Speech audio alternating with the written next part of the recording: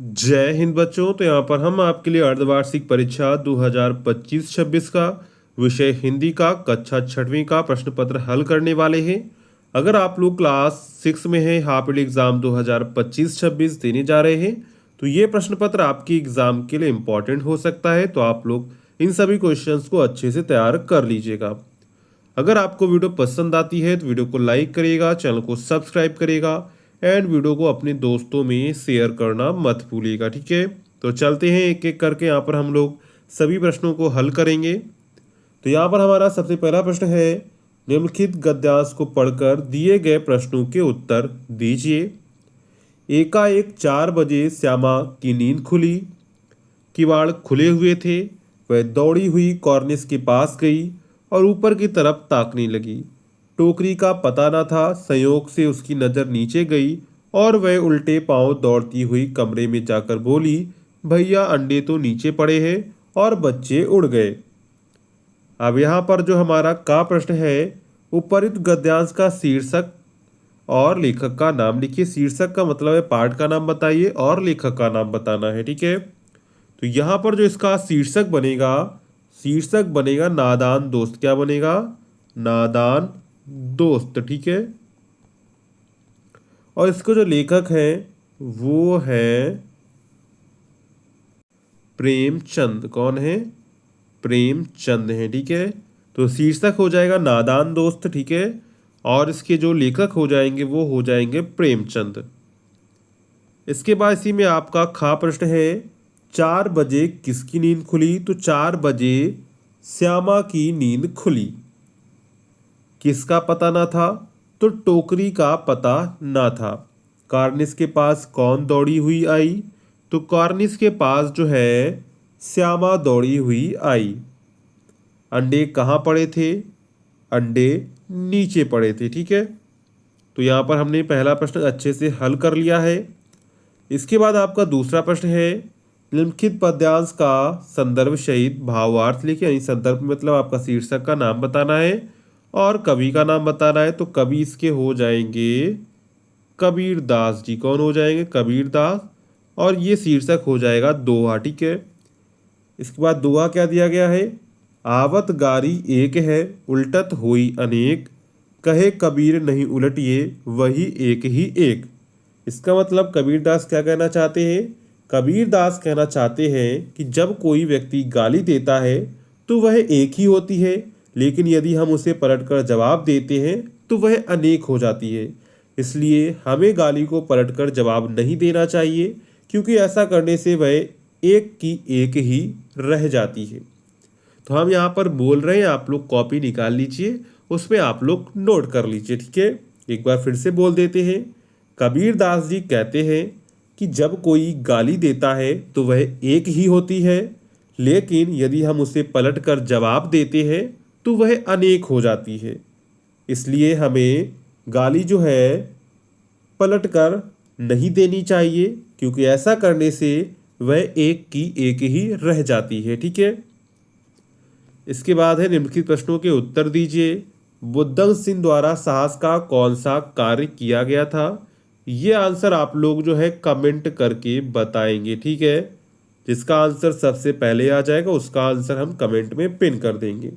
कर्ण का पालन पोषण किसने किया था?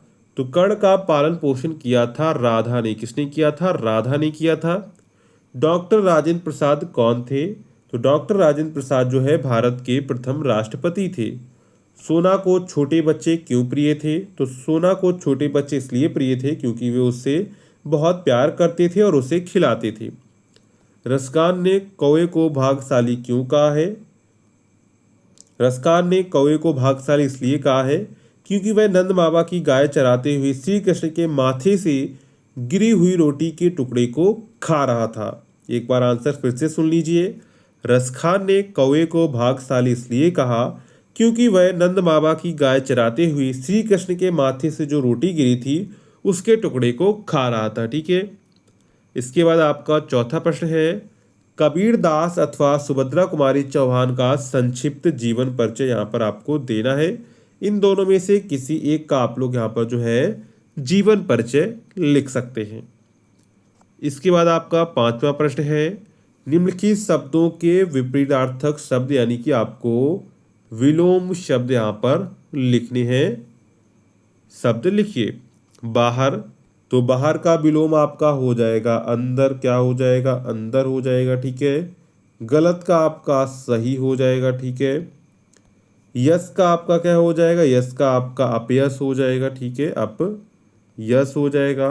अस्वस्थ का आपका हो जाएगा स्वस्थ, क्या हो जाएगा, स्वस्थ हो जाएगा। एक बार फिर से देख लीजिए। बाहर का अंदर, गलत का सही, यस का अपयस और अस्वस्थ का हो जाएगा आपका स्वस्थ, ठीक है। इसके बाद सी भी आपका खा प्रश्न है। निम्नलिखित शब्दों के दो दो पर्यायवाची शब्द लिखिए। पहला है पग, क्या है, पहला है आपका पग, तो पग का क्या रहेगा, पग का रहेगा आपका जो है पर्यायवाची पैर हो जाएगा, ठीक है, पैर हो जाएगा और पाँव हो जाएगा। इसके बाद है खग, तो खग का आपका हो जाएगा पक्षी, क्या हो जाएगा, पक्षी हो जाएगा। और आपका हो जाएगा चिड़िया, क्या हो जाएगा, चिड़िया हो जाएगा। तो इसका हो जाएगा, पग का हो जाएगा पैर और पाँव और खग का हो जाएगा पक्षी और चिड़िया। इसके बाद है निम्नलिखित शब्दों के तत्सम रूप लिखिए। भाग, तो भाग का तत्सम रूप हो जाएगा भाग्य, क्या हो जाएगा, भाग्य हो जाएगा। राज का हो जाएगा राज्य, क्या हो जाएगा, राज्य हो जाएगा, ठीक है। भाग का हो जाएगा भाग्य और राज का हो जाएगा राज्य। इसके बाद निम्नलिखित में से ता प्रत्यय जोड़कर शब्द बनाइए। तो उत्सुक का हो जाएगा उत्सुकता, क्या हो जाएगा, उत्सुकता। महान का हो जाएगा महानता, क्या हो जाएगा, महानता हो जाएगा। इसके बाद आपका छठवां प्रश्न है वाक्य शुद्ध कीजिए, यानी आपको वाक्य शुद्ध करना है। वही जिसके मामा है हम, तो इसका शुद्ध करेंगे तो क्या बनेगा, हम उसके मामा है, क्या बनेगा, हम उसके मामा है, ठीक है, हम उसके मामा है। पहुँचे वाराणसी सज्जन एक, तो इसका क्या बनेगा, एक सज्जन वाराणसी पहुँचे, क्या बनेगा, एक सज्जन वाराणसी पहुँचे।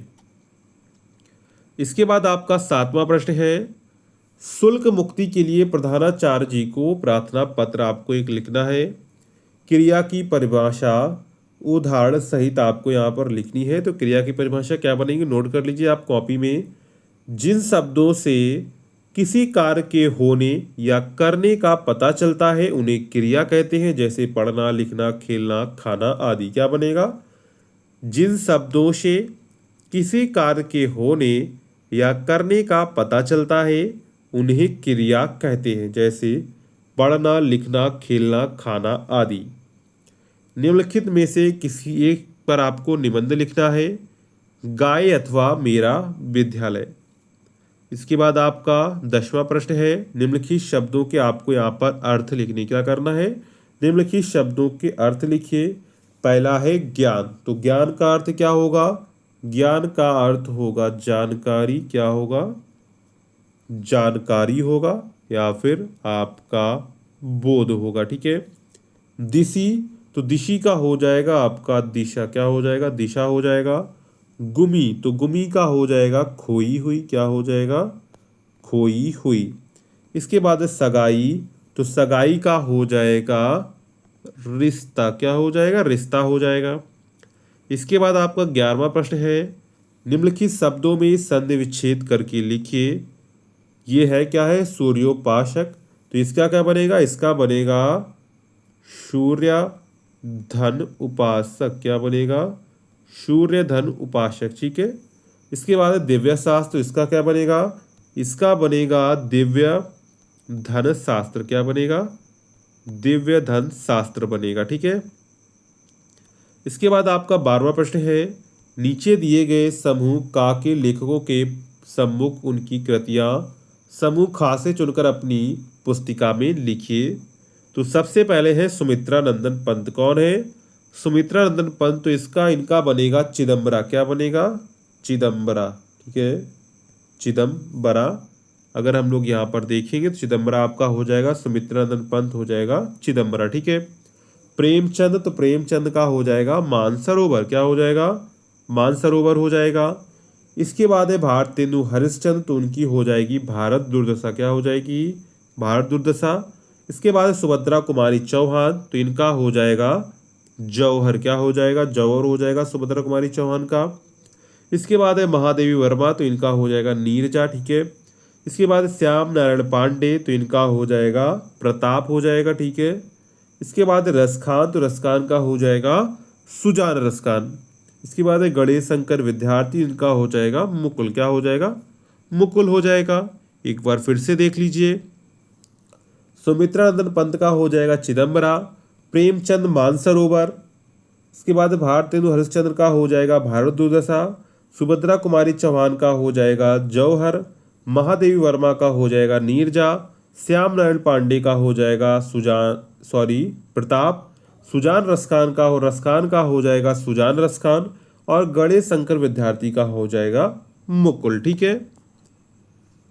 तो ये आपका जो है पूरा क्लास 6 का हिंदी का अर्धवार्षिक 2025-26 का प्रश्न पत्र हल हो जाता है।